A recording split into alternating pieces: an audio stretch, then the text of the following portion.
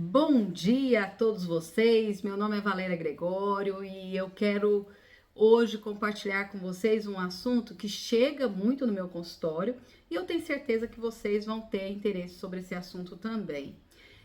Como saber quais são as deficiências nutricionais mais comuns que o paciente pode apresentar? A falta de nutrientes, ela pode causar muitos problemas em um paciente.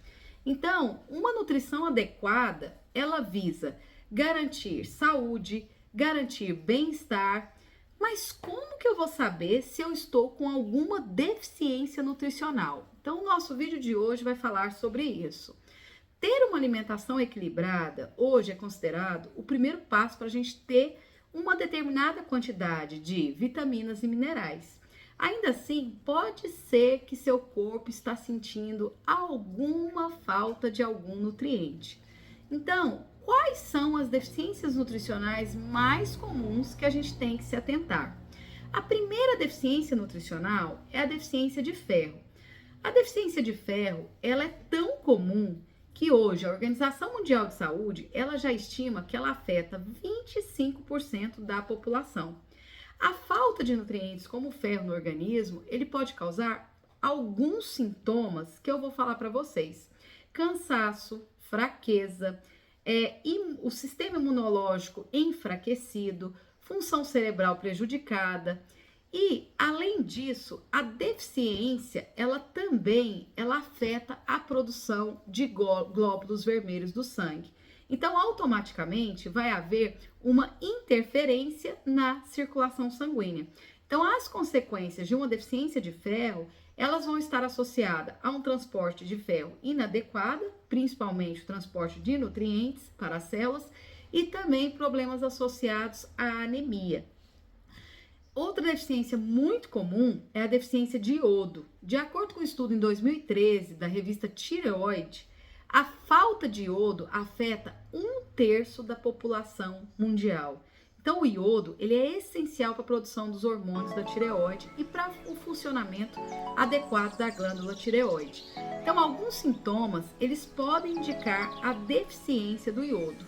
Então, os sintomas são aumento visível e sensível ao toque da tireoide, falta de ar, ganho de peso, aumento da frequência cardíaca e, quando não tratada, essa deficiência nutricional ela pode causar problemas associados à obesidade e ao descontrole hormonal, por exemplo. Então, muitos pacientes que chegam no nosso consultório, é muito importante nós avaliarmos T3, T4, TSH, porque se a tireoide ela estiver em desequilíbrio, provavelmente ela vai estar aumentando os efeitos da obesidade no nosso paciente. Outra deficiência muito comum é a deficiência da vitamina D. Por quê? Hoje toda a população ela adquiriu uma consciência bem significativa em relação à importância do uso solar, do filtro solar. Mas esse uso do filtro solar, ele propiciou também uma diminuição da absorção dos raios ultravioletas que são responsáveis pela conversão da vitamina D. Então, a vitamina D ela é produzida pelo corpo quando o colesterol presente na pele é exposto à luz do sol. Então, ela é uma vitamina que nós falamos que ela é lipossolúvel, por isso que nós precisamos do colesterol. Então, ela é solúvel em gordura e isso vai fazer com que ocorra a ativação e a desativação dos genes. Ao contrário de outros tipos de deficiências nutricionais, a deficiência da vitamina D ela é muito mais difícil de diagnosticar e identificar do que outras deficiências. Por quê? Na vitamina D deficiência, o paciente ele vai apresentar fraqueza muscular, perda óssea, risco maior de fraturas, de uma forma que quando você vai fazer os exames, que você vai verificar se seus níveis de vitamina D estão alterados. Então, se você começar a apresentar muita fraqueza muscular, perda óssea, risco maior de fraturas, já vamos solicitar exame de vitamina D, que provavelmente ele vai estar mais alterado. Já a deficiência de vitamina A, que é muito comum também, que é outra vitamina lipossolúvel em gordura, por isso que a gente fala lipossolúvel, ela é responsável pela saúde da pele, dos dentes, dos ossos, dos olhos e das células em geral. Então, apesar de uma pesquisa mostrar que mais de 75% das pessoas que seguem uma dieta ocidental têm uma vitamina A suficiente, há um outro lado da moeda também. Por quê? Quem vive em países em desenvolvimento corre um risco maior de ter deficiência da vitamina A. Então, a deficiência da vitamina A, ela causa maior dano à visão e a falta de vitamina A, ela também pode provocar déficit da imunidade. Então, a vitamina A, ela é uma vitamina que a gente se preocupa muito quando o paciente está com a imunidade muito baixa, tá? Outra deficiência que a gente tem que se preocupar muito é a deficiência da vitamina D. Essa vitamina do complexo B, ela é indispensável para a formação do sangue e para o funcionamento correto dos nervos e do cérebro. Então, a deficiência da B12, ela é bastante comum, porque o corpo, ele não é capaz de produzir a vitamina B12, então ele precisa consumir a vitamina ou por meio da dieta ou por meio de suplementação. A suplementação, ela pode ser sublingual, via oral ou intramuscular.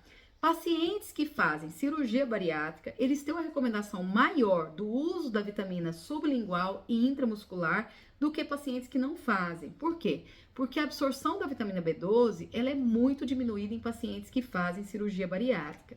E apesar das algas marinhas oferecerem pequenas quantidades de vitamina B, as principais fontes da vitamina B12 na dieta são hoje alimentos de origem animal. Então, ovo, carnes são considerados os alimentos que mais compõem, que contém a vitamina D.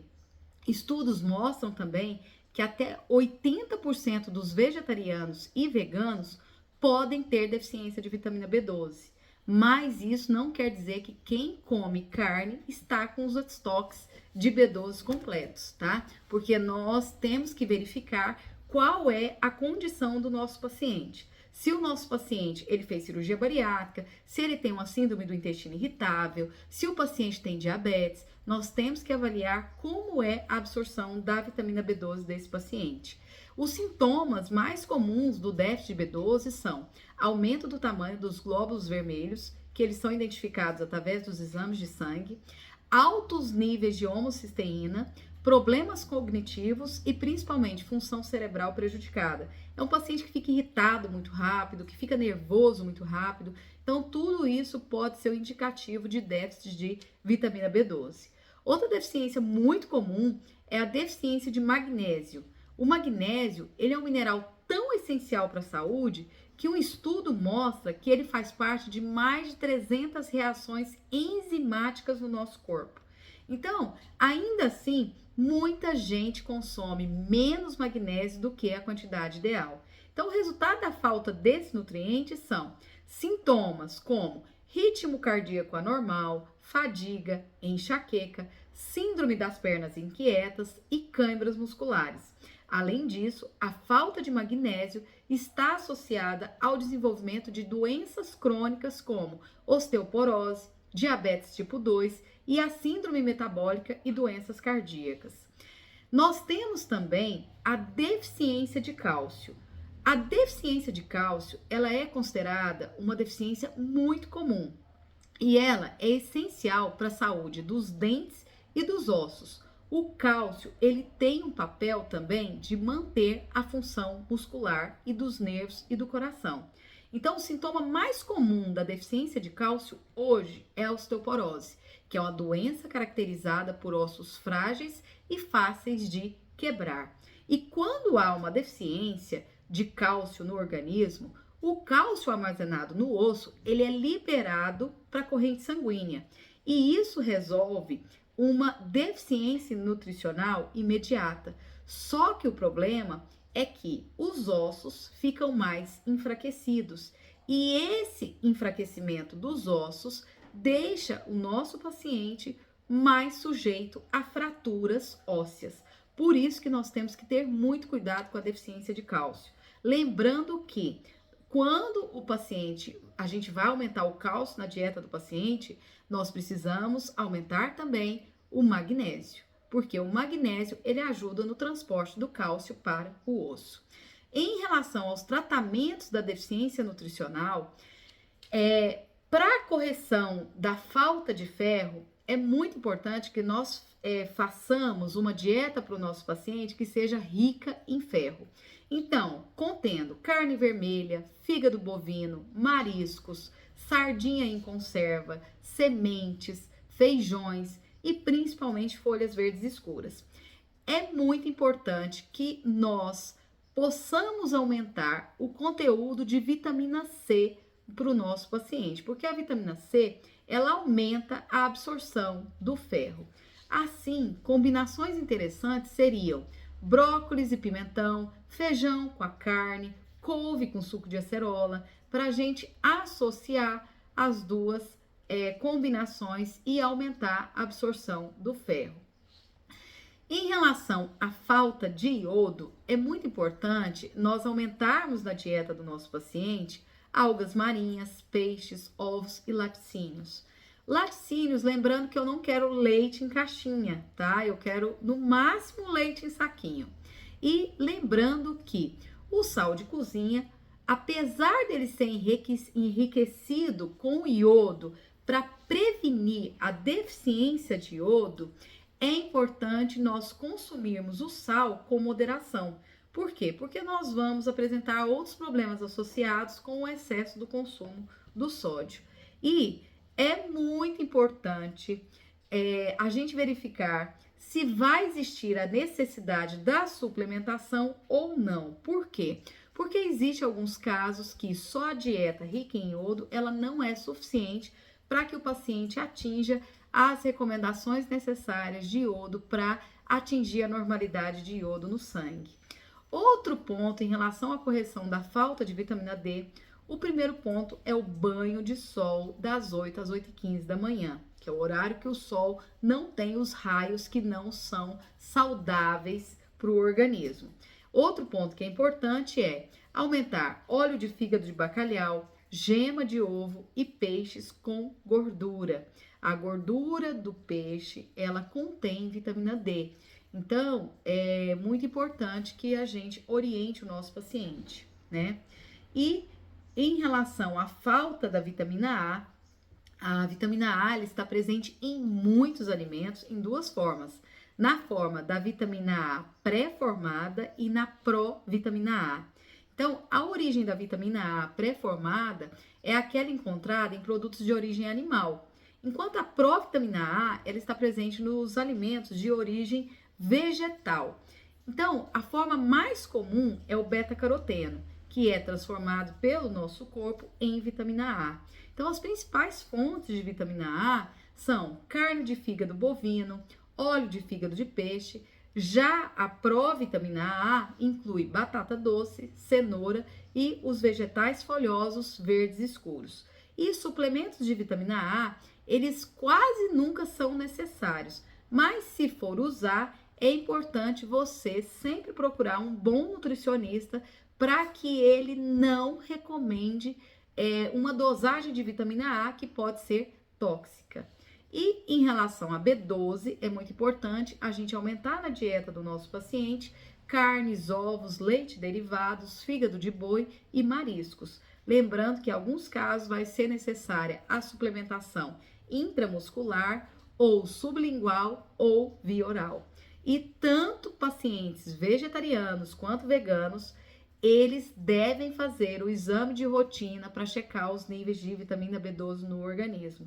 Em relação à falta de magnésio, eu quero que vocês, se tiverem oportunidade, vejam o vídeo do sulfato de magnésio, que ele é muito informativo, mas os alimentos que nós podemos colocar na dieta são grãos integrais como aveia, amêndoas, chocolate amargo e vegetais verdes escuros. Então, vocês conseguem perceber que os vegetais verdes escuros têm vitamina A, tem vitamina B12, tem magnésio, tem todos os nutrientes que o paciente e tem ferro.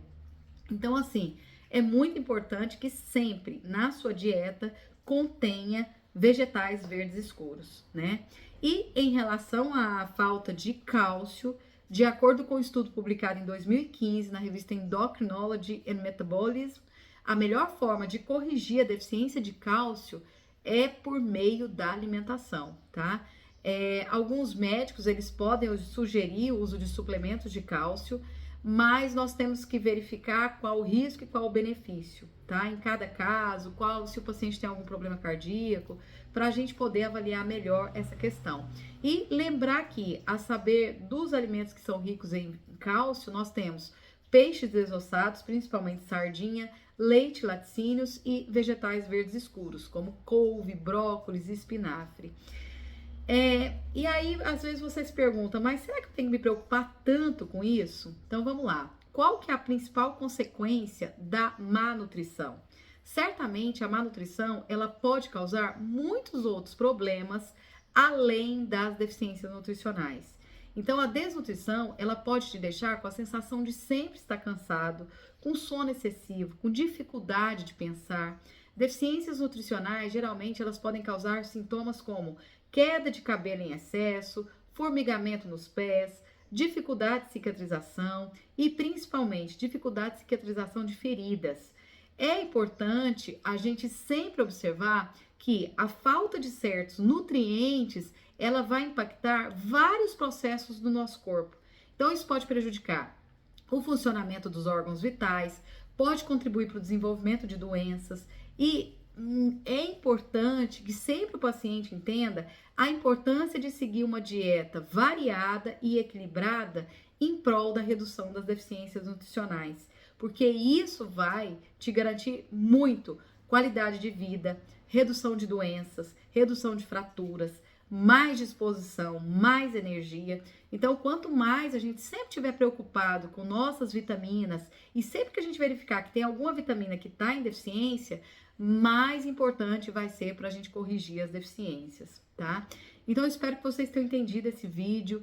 Eu tenho tentado passar de uma linguagem bem fácil para vocês terem o mesmo prazer que eu sinto com a nutrição e vocês começarem a cuidar da saúde de vocês e vocês chegarem à conclusão que se você se alimentar de uma maneira ótima, se você fizer uso dos suplementos que são necessários a partir de determinada idade, talvez você vai reduzir muito a quantidade de medicamentos que você usa no seu organismo. E aí você não vai ter um kit farmácia na sua casa, você vai ter um kit frutaria, um kit todos os alimentos que são saudáveis, tá? Então, eu espero que vocês tenham gostado do vídeo. Curtam, compartilhem e, se possível, se inscrevam no meu canal. Nós fazemos os vídeos com muito carinho e eu quero muito poder ajudar todos vocês. Fiquem com Deus, meu nome é Valéria Gregório, esse é o nosso canal Vida de Nutrição e eu espero que tenha ajudado muito esse vídeo para vocês.